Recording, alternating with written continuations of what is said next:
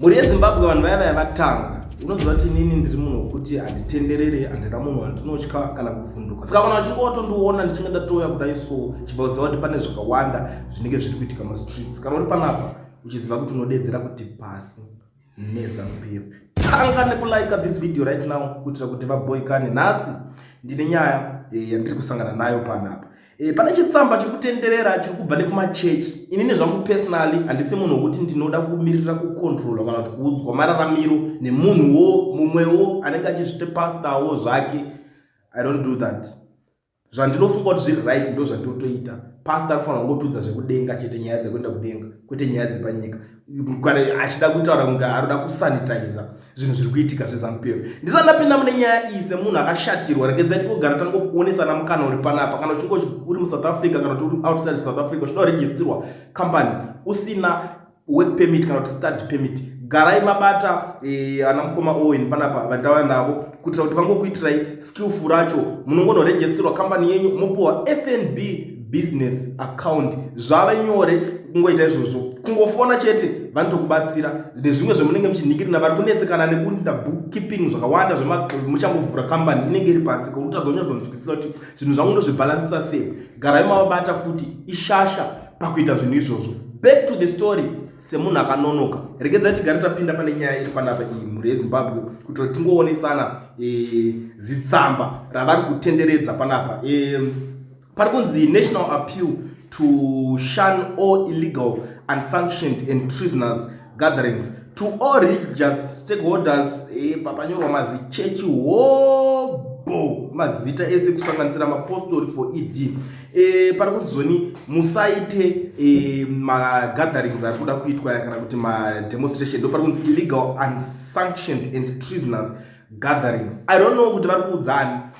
What I believe, munhu kana uchida kuudzira vanhu panyika, udzira mwana wako wawakazvara, ndiwo unokwanisa kuudzira kuti mwanangu usaende kudemonstration or kuany event inenge ichiitwa. Ndiwo unokwanisa kuudzira izvozvo kuti nekuti because haukwanisi kusanitize ZANU-PF. Munhu anotaura kuti haasi kuida. I don't think kuti zvine musoro. I don't think kuti it's reasonable. But ndo zviri kutaurwa nemachurches ari panapa muri yeZimbabwe vari kutaura kuti zvoni national appeal musaite zvinhu izvozvo. And the funny thing kuzasi pari kutonzi thank you His Excellency President Dr. Idi Mnangagwa for the freedom of religion and a peaceful Zimbabwe. President Emerson Mnangagwa vakatopindawo pachigaro zvemachechi zvitoriko kudhara. Saka I don't think kuti it's necessary kuita bootlicking yekuda kunyebera kuda kuvatenda kuti freedom of religion because vakapinda zvemachechi zviripo kare muzona. And the other thing, machechi vanhu vemachechi zimi muri fani munoabuswa muchiitwa zvakasiyana siyana. Mutoni unototya kutotaura kana mamwe mashoko. Chechi yese ikataura chokwadi inotiza muZimbabwe. I remember there is this guy anonzi Apostle TF Chiwenga asi muZimbabwe because of matauriro aanga akuita, the way yaanga akusumudza rurimi rwake achitaura achikomenda nyaya dzekuZimbabwe. Right now haachatokwanisa kugara muZimbabwe macho. Ndo hurumende yetype yamunoda imimi yekuti inenge ichikudzira zvekuita. And hurumende yacho haina kana discipline, inotora kana mafundisi chinova rakasha ukangobuda uri against. I remember the guy anonzi Bishop Nyamakanga, Kevin Nyamakanga, akatorwa akanozvambaradzwa akasungwa akaitwa sei maingoona zvaaita achibuda achikamina achita sei ari kugariswa manguva refu. Apa ndiye munhu angati dzakadaidzwa naMwari munomutora muhurumende mobva matanga kumuzvambaradza muchinomuda chii chakadaro ichocho. Munhu rowanhu waMwari mwamanzi government yakadaro iyoyo muzoona vamwe machechi vari kusanitize kuitira kuti vasanhingirike nevanhu. It's unacceptable. Isusu hati tolerate such nonsense. I don't know kwachabva nako chitsamba ichochi chechiposta icho chiri kutaurwa ichocho. Inini ndagara ndatotaura kuti ndezvekupenga. Anyora wacho it's very important kuti aende anonyorera vana vake vakure vari madzungairwa because kana uchidya uchiguta doesn't mean kuti maZimbabweans ese ari kudya chiguta. They are failing to address ma-issues ari kuitika muZimbabwe. Vari kufoira kuadresa nyaya dziri kuitika muZimbabwe. Ndiri papo pane nyaya imwe iri kubudiswa naadvocate Nelson Chamisa panapa. Ndisati ndasvika ipapo zvakakosha regedzai tigare tangoonesana. Welcome to Greenlight International Trust Bring a Smile. Our 12th anniversary Bring a Smile, which will be held in Binga on the 26th of April. We are holding a fundraising dinner to fund this Bring a Smile on the 29th of March in Batanai Gardens from 7 p.m. to 9 p.m. We have tickets that we are selling from the cost of $10, $20, $30, and $50. Please get in touch and attend this fundraising dinner through our contacts that are written down there. I thank you. Chakanakira program iyi ndechekuti vanobatsira vanhu vanorarama neurema. Muri yeZimbabwe chatoo chikumbiro. Kune vanhu vakawanda vari kutoshaya mawheelchair machinji. Now pakuti kwa GoFundMe yekuti vaende vanobatsira.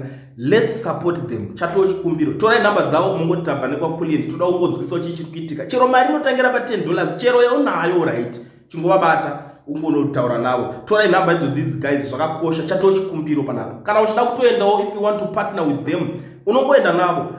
Back to the story. Ari pakunezo chamisa vane mashoko avari kubuda vari kutaura panapa. Vari kuti time is a truth teller. When they attack or criticize you unjust and accuse you falsely or maliciously, don't bother to defend yourself. Truth will, time will, destiny will. Time will tell the truth. Time vindicates. Time is such powerful truth teller. It's a mess of time. Trust the time. Blessed Sunday to you. Ndonyaya iri panapa hamadzadiwa vari kunzi aiwa vimba nenguva vasiye vari kutomuke vaite sei.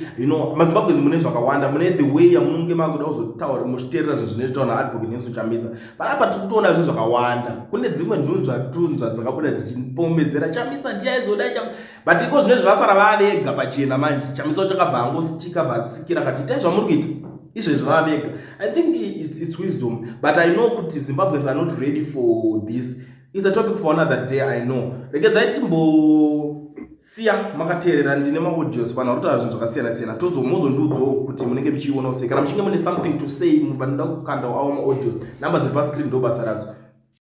Ndiri kunzwa apa pauri kuti uda kuedza kutovhundutsirwa nemupurwa yeZANU-PF iyo pasinayo ZANU-PF vachida vasingadi, ende tiri kutozouya kuzomubvisa Emerson vachida futi vasingadi.